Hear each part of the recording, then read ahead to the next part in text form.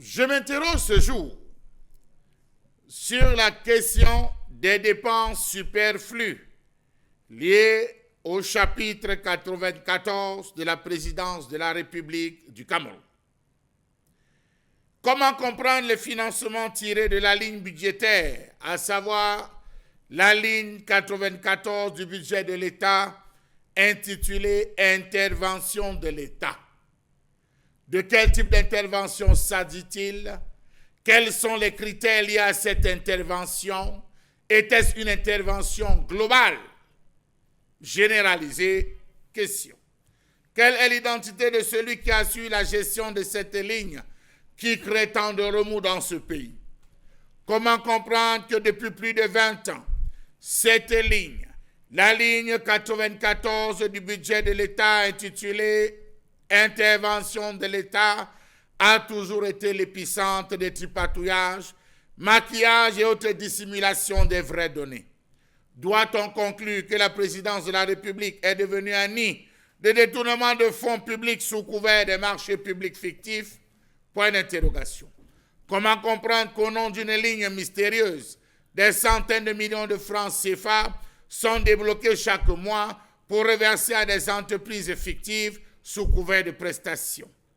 Comment comprendre qu'un audit sérieux n'a jamais été commandé pour tous les ordonnancements et décaissements effectués dans la ligne 94 depuis 20 ans?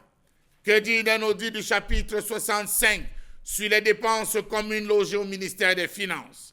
Terminons en exigeant une enquête approfondie à la direction de la programmation et des investissements publics pour comprendre de quoi est-ce qu'il en retourne dans ce pays. 3 points d'interrogation ce jour. Premier point sur le chapitre 94 spécial de la ligne intitulée « Intervention de l'État ». Un audit sur le chapitre 65 portant sur les dépenses communes logées au ministère des Finances. Et enfin un autre audit ou une enquête approfondie à la direction de la programmation et des investissements publics pour comprendre véritablement de quoi est-ce qu'il en retourne dans ce pays. Savez-vous que cette ligne, ou ce chapitre 94, intitulé « Intervention de l'État », se chiffre chaque année à plus de 1000 milliards de francs CFA et seuls les ordonnateurs de ce compte maîtrisent les tenants et les aboutissants? Savez-vous que les actions contenues dans cette ligne n'ont jamais été élucidées à l'avance dans les différentes lois de finances? Pourtant, c'est dans ces lois de finances qu'on devait retrouver les critères, les orientations des dépenses en termes d'intervention de l'État chaque année. On comprend aisément les motifs qui dictent l'envoi tardif des documents par le gouvernement aux députés en violation des dispositions des règlements de l'Assemblée nationale qui imposent un délai minimum de 15 jours avant l'ouverture de la session parlementaire. Question. Pourquoi est-ce que les députés ne se sont jamais intéressés à cette question du chapitre 94 et 65? Pourquoi passe-t-il dessus? Était-ce parce qu'ils en bénéficient? Point d'interrogation. Comment comprendre que la commission des finances et du budget qui dispose d'un peu plus de temps et qui interroge tour à tour les ministres durant plus de 48 heures n'a jamais fait cas des différentes actions contenues dans cette ligne brumeuse dans son rapport général?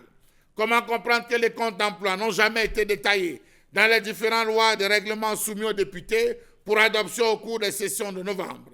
Comment comprendre que cette ligne 94 soit de l'avis de certains experts un fourre-tout de détournement de deniers publics à grande échelle, de corruption et d'achat de conscience des Camerounais? À quoi a servi ces 1000 milliards logés dans le compte de la ligne 94 depuis une vingtaine d'années? Comment comprendre que tout ce que l'État fait en matière de subventions ou de commandes publiques ne soit pas réglementé et publié à l'avance au nom de la légalité, de l'égalité d'accès de tous les Camerounais aux privilèges publics de la nation?